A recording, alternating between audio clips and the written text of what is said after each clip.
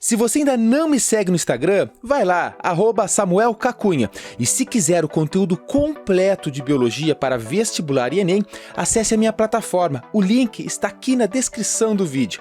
Uma boa aula!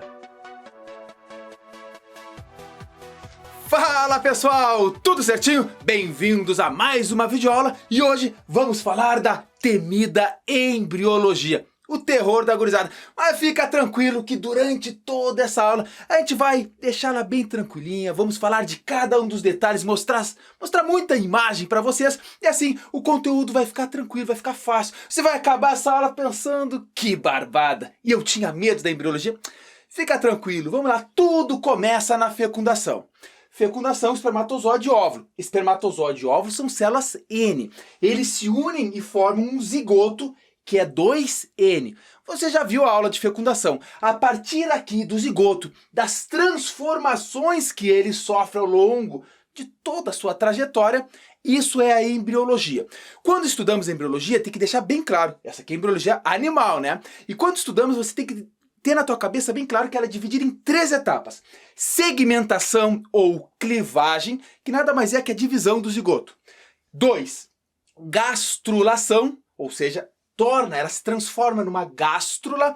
E 3, organogênese, quando estas células passam a se diferenciar para formar os tecidos e os órgãos. Então eu vou falar para vocês muito detalhadamente cada um dos processos, lembrando que isso aqui é embriologia animal. Então a regra se aplica para todos os animais. Obviamente cada um deles tem a sua particularidade e eu vou comentar a diferença entre eles aqui durante a aula. E aí você vai entender quando nós formos, te liga, quando nós formos estudar zoologia, e eu estiver falando, por exemplo, lá de plateuminto, e eu falar, plateuminto é acelomado. Aí tu vai chegar, plateuminto é acelomado? O que é acelomado? Você vai entender nessa aula. Então vamos lá. Primeiramente, fecundação formou o zigoto. O zigoto é uma célula 2N. Agora começa aqui a primeira classificação dentro da embriologia. Esse zigoto, que veio de um ovo, obviamente, ele tem uma distribuição de nutrientes. Esses nutrientes nós chamamos de vitelo. Então perceba, dependendo da disposição do vitelo aqui no zigoto, ele tem uma classificação. E a gente chama de tipos de ovos. Por exemplo, se o vitelo está distribuído de forma homogênea aqui no zigoto, no ovo, né, ele vai ser isolécito. Pode ser heterolécito, telolécito ou centrolécito. Para ficar mais tranquilo, obviamente, eu vou te mostrar uma imagem. Olha aí. Os ovos isoléstos, que também podem ser chamados de oligoléstos ou ainda aléstos, são esses ovos que têm pouco ou nenhum vitelo. Obviamente, ele é alésto quando não tem vitelo. E este vitelo está uniformemente distribuído em todo o citoplasma. Quem tem esse tipo de ovo são os equinodermos, né, as estrelas do mar, e os mamíferos, por exemplo, nós. Esse aqui é o ovo heterolésto, quando tem uma quantidade intermediária de vitelo e ela está distribuída irregularmente entre o polo animal, que se localiza o núcleo, né, onde se localiza o núcleo, e o polo vegetativo, que concentra a maior parte do vitelo. Quem tem esse tipo de ovo heterolésto são os anfíbios e peixes. Vale lembrar que alguns vestibulares podem cobrar o heterolésto como sendo um ovo mesolécito. Meso porque tem uma quantidade intermediária de vitelo. Já o ovo telolésto são os ovos grandes, os ovos de aves e de répteis. E eles possuem muito vitelo distribuído no polo vegetativo. Esse é o ovo que a gente come, o ovo de galinha. E tem o ovo chamado de centrolésto. Isso porque o vitelo está localizado aqui, no centro do ovo. E ele desloca o citoplasma para a periferia da célula. Quem tem esse tipo de ovo são os insetos. Beleza, gurizada? Então vocês viram a classificação dos ovos quanto à distribuição e localização do seu vitelo. Agora repara, a partir daqui, esse zigoto vai começar a se dividir. Uma célula vai se dividir em 2, 4, 8, 16. Só que existem tipos de divisão desse zigoto. Então, mais uma classificação. Repara que, dependendo da distribuição do vitelo, a divisão se torna diferente, ela fica diferente. Portanto, para cada um desses tipos de ovos, existe um tipo de segmentação, um tipo de divisão. E ela pode ser holoblástica, quando a divisão ocorre em todo o zigoto, em todo o embrião, ou ela pode ser meroblástica, ou seja, quando ocorre divisão só numa parte, ou só no meio, ou só na ponta, mas obviamente que também para isso eu tenho uma imagem, olha aí. Então aqui estão os tipos de segmentação. Lembrando que segmentação é a mesma coisa que clivagem. No caso, nada mais é do que sucessivas mitoses que o zigoto passa. E vamos começar falando da segmentação holoblástica igual. Repara que aqui as células resultantes das divisões, da segmentação, elas possuem o mesmo tamanho muito próximo. Lembrando também que estas células são chamadas de blastômeros. Quem faz esse tipo de segmentação são os animais que possuem ovos isolestos. Quem são eles? Lembra aí? Os mamíferos e os equinodermatas, as estrelas do mar, por exemplo. Já a segmentação holoblástica desigual significa que as células resultantes, os blastômeros resultantes, têm um tamanho desigual. Os blastômeros que ficam no polo animal são menores e aqueles blastômeros do polo vegetativo são maiores. Esse tipo de segmentação ocorre nos ovos heterolestos. Quem tem ovos heterolestos, por exemplo, são os anfíbios, uma rã, uma perereca ou um sapo. O resultado das células serem maiores no polo vegetativo acontece porque é aqui no polo vegetativo que tem a maior concentração de vitelo. Quando a segmentação é meroblástica discoidal, lembra, discoidal, significa que as células se desenvolvem acima do vitelo formando um disco de células. Esse disco de células é chamado de blastodisco. A segmentação meroblástica discoidal ocorre em ovos telolestos, por exemplo, o ovo de galinha, das aves em geral. Já a segmentação meroblástica superficial, lembra, está na superfície, ela ocorre e as clivagens, as células resultantes da segmentação, da clivagem, elas vão ficar na periferia, ou seja, superficialmente ao embrião. Isso acontece porque o vitelo está concentrado no meio. Se o vitelo está concentrado no meio, ele empurra as células resultantes para fora. Quem é que faz esse tipo de divisão, esse tipo de segmentação? São os ovos do tipo centrolestos. Quem possui eles? Os insetos. Feito. Agora, gente, vocês já viram o que é mais chato, que é essas classificações quanto ao tipo de vitelo e ao tipo de segmentação, tipo de clivagem. Agora, vamos dar prosseguimento. Uma célula, o zigoto, que tu já foi um zigoto, eu já fui, todo mundo já fomos zigoto, ele se divide em duas. Obviamente, de um sofre uma mitose, uma segmentação, uma clivagem e se transforma em dois. Estas células resultantes da divisão são chamadas de blastômeros. 2, se divide de novo 4, 8, 16 e aí vai. Quando nós chegamos numa fasezinha muito importante, ela é chamada de mórula. A mórula nada mais é do que vários e vários blastômeros como se fosse uma bola maciça de células. E ela não é oca, é maciça. Mas perceba que essa mórula vai se transformar agora na blástula. Nada mais é do que todas as células que estão no meio da mórula, elas migram tudo para a periferia, deixando uma cavidade interna. Essa cavidade interna é chamada de blastocele. E as células que estão em toda a volta formam a blastoderme. Lembra a derme de pele, É mais ou menos isso. É o revestimento da blástula, é formado por estas células, pelos blastômeros que formam a blastoderme. É muito nome, Por isso que é importante estar com a apostila, tu tá com o teu resumo, grifando, pintando de roxo, de rosa, de vermelho, de aquelas canetinhas coloridas, que tanto nos salvam. Ok, então até aqui, chegou aqui, acabou a segmentação. Ou seja, segmentação é só divisão. As células não se especializaram até aqui. Mas agora entramos na segunda etapa da embriologia, no qual a blástula vai se transformar na gástrula. Portanto, é a gastrulação. Te liga que estas células que estão redondinhas... isso aqui é como se eu tivesse feito um corte, Ela é redonda. Eu fiz um corte. Pá! Cortei ao meio. Beleza? Mas imagina que ela está aqui. Agora, esta blástula, quando se transforma em gástrula, é como se você, um gigante, qualquer pessoa, pegasse um dedão e fizesse assim. E fizesse um buraco dentro, e expandisse as células para a parte interior. E este buraco, que é formado na gástrula, é chamada de blastóporo. Blastóporo é o orifício. Pessoal, então falamos de um dos movimentos celulares para formar a gástrula na gastrulação. Esse que eu falei para vocês do famoso dedão, como se fosse um dedão empurrando, é apenas um dos movimentos, é o mais famoso, que a gente mais estuda. Mas claro, que alguns vestibulares mais hardcores, vestibulares mais difíceis, podem trazer outros tipos de movimento celular. E é sobre eles que eu vou falar agora.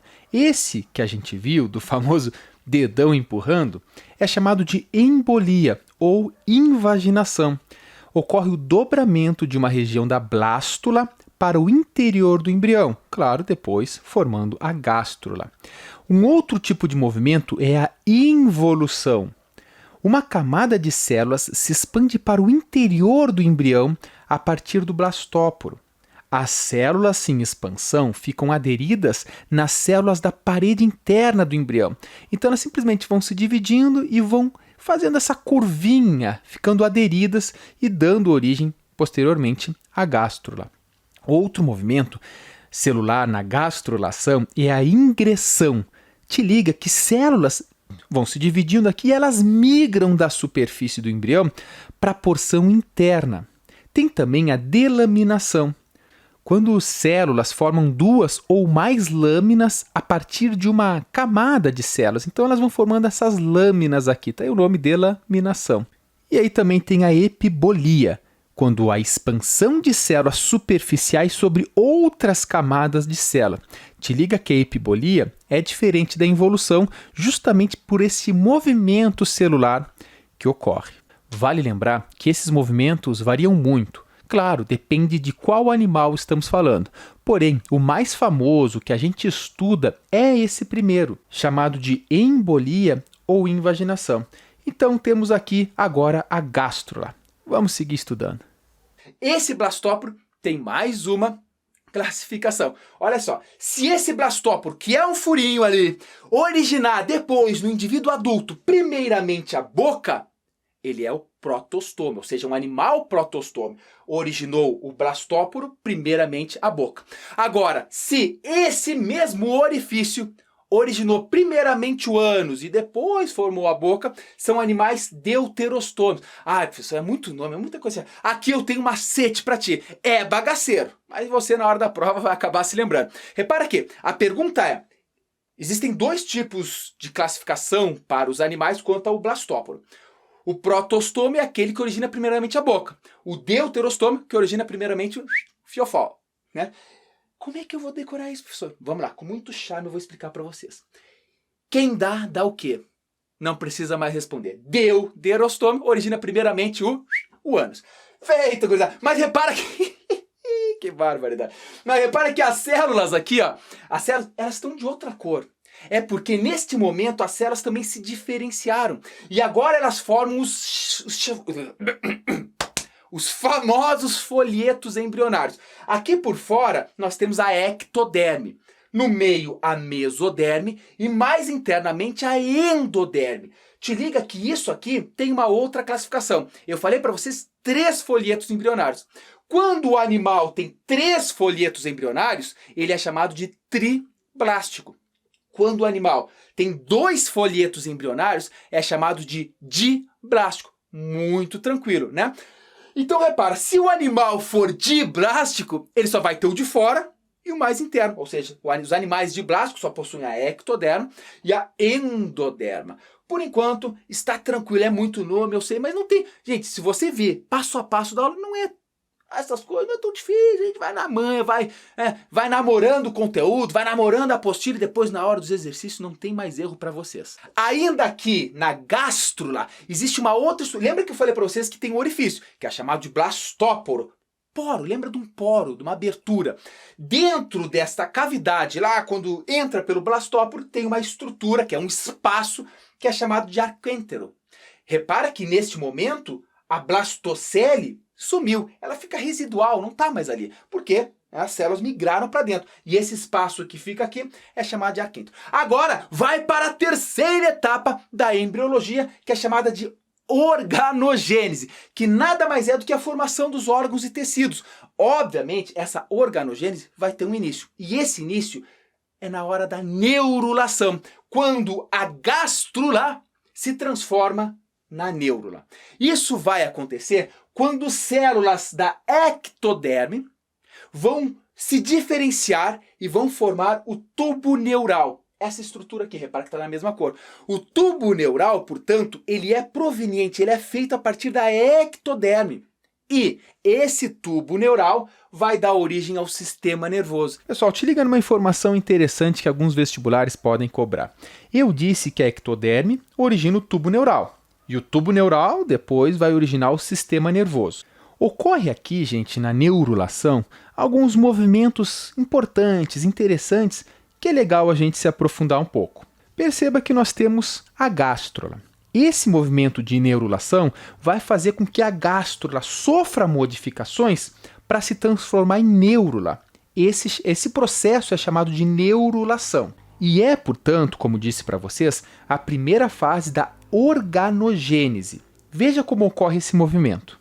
A neurulação é a fase em que se formam os primórdios do sistema nervoso. O início é marcado pelo achatamento da gástrula na região dorsal, na região de trás. Esse achatamento forma a placa neural. Aqui, as células da ectoderme começam a se dividir, formando essa famosa e linda dobra neural. A dobra neural vai envolvendo a placa neural que, em breve, vai se fechar, formando o tubo neural. Esse tubo neural percorre toda a região dorsal do embrião. Perceba que nessa região aqui forma a crista neural.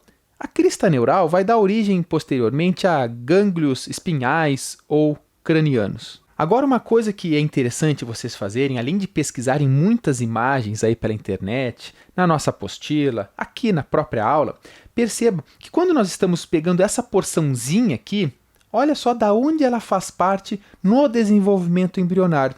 Está aqui, gente, por toda essa região, no futuro, vai passar a medula espinhal. Passa o sistema nervoso aqui. Por isso está falando tubo neural. Lembre-se de neurônios, né?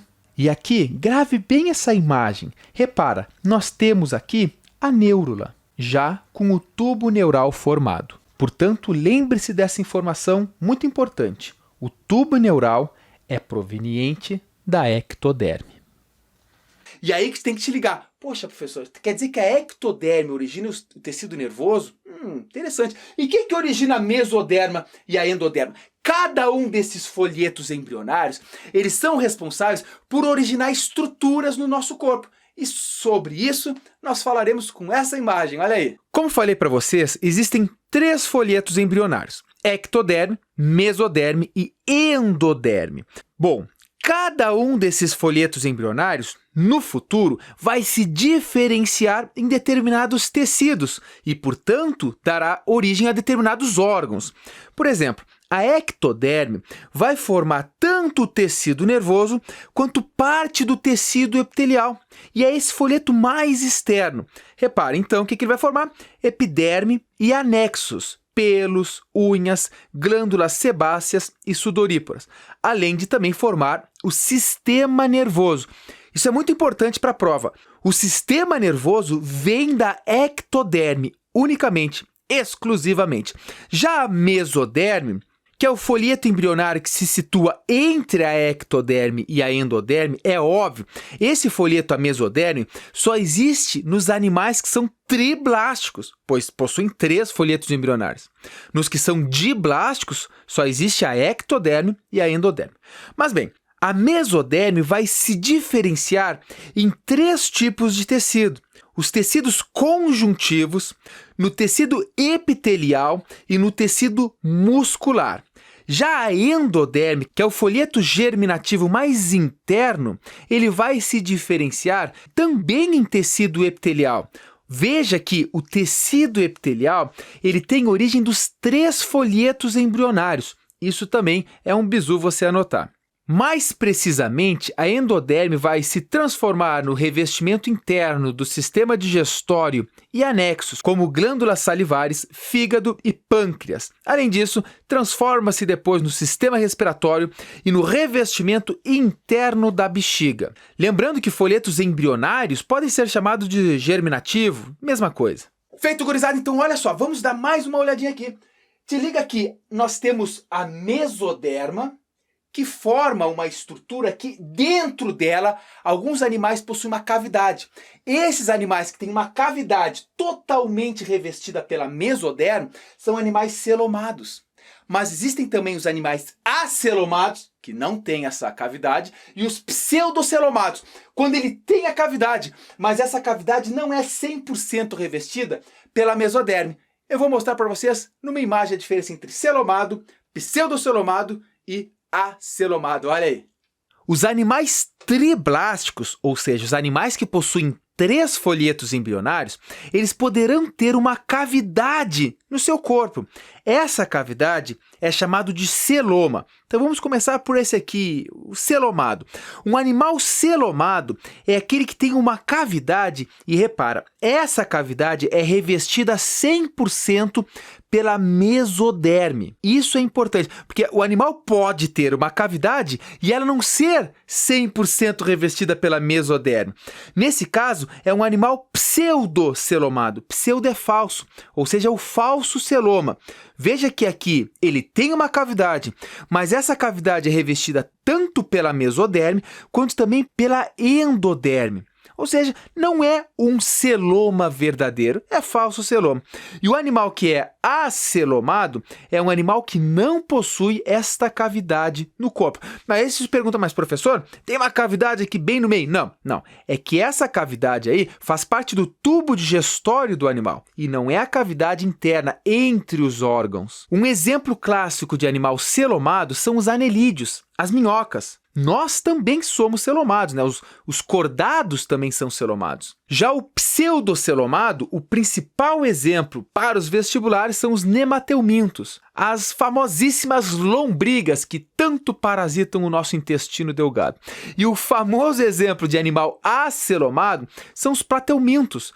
Por exemplo, aqui a planária. Se você cortar uma planária, você vai ver que não tem uma cavidade interna entre os órgãos. O corpo dela é todo... Isso aqui, quando a gente estudar plateuminto, você vai ver que esse é um verme de corpo achatado, a gente vai falar de parasitose. Não, a gente vai pirar estudando esses bichos aqui, é muito legal. Outra informação muito importante é que, ó, tá vendo essas células aqui? As células da endoderma, as células mais internas, elas vão formar, por exemplo, o intestino. Então isso aqui é o intestino primordial. Enquanto que lá do outro lado nós temos o sistema nervoso primordial também. É óbvio, pessoal, agora essa neura, ela vai sofrer muitas transformações até formar um indivíduo. Mas é muito importante a gente saber, a gente estudar também que este embriãozinho, ele vai desenvolver algumas estruturas que estão anexas a ele, anexas ao embrião. A essas estruturas damos o nome de anexos embrionários. Te liga que elas não fazem parte do embrião, mas estão diretamente auxiliando o desenvolvimento embrionário, e estes anexos são feitos, ou seja, são fabricados a partir destas células do embrião. Então vamos falar dos principais e as suas funções, começando pelo saco vitelínico, que é uma bolsa de armazenamento do vitelo. O vitelo, que você sabe muito bem, é a substância que nutre o embrião. O saco vitelínico é o único anexo embrionário presente nos peixes, onde é muito desenvolvido, mas ele também é desenvolvido nos répteis e nas aves. Agora, nos mamíferos que não possuem o vitelo, o saco vitelínico é reduzido e preenchido por um líquido. Portanto, não participa do processo de nutrição dos mamíferos. O âmnio é uma membrana que envolve o corpo em desenvolvimento do embrião e ele delimita a cavidade amniótica, que é preenchida pelo líquido amniótico. A principal função do âmnio e do líquido amniótico é proteger o embrião contra o ressecamento e contra choques mecânicos, batidas. Repara que o surgimento desse anexo embrionário possibilitou que alguns vertebrados passassem a desenvolver os seus embriões fora da água, já que este líquido amniótico protegia o embrião contra o ressecamento e também contra qualquer tipo de choques mecânicos, batidas, que o embrião fica mais suscetível a tudo isso em ambientes terrestres, longe da água. Esse importante passo evolutivo, essa importante aquisição, permitiu a vida no ambiente terrestre de grande parte dos répteis, das aves e dos mamíferos. O córeo é uma membrana que envolve todo o embrião e todos os seus anexos embrionários. Ele participa das trocas gasosas entre o meio e o embrião.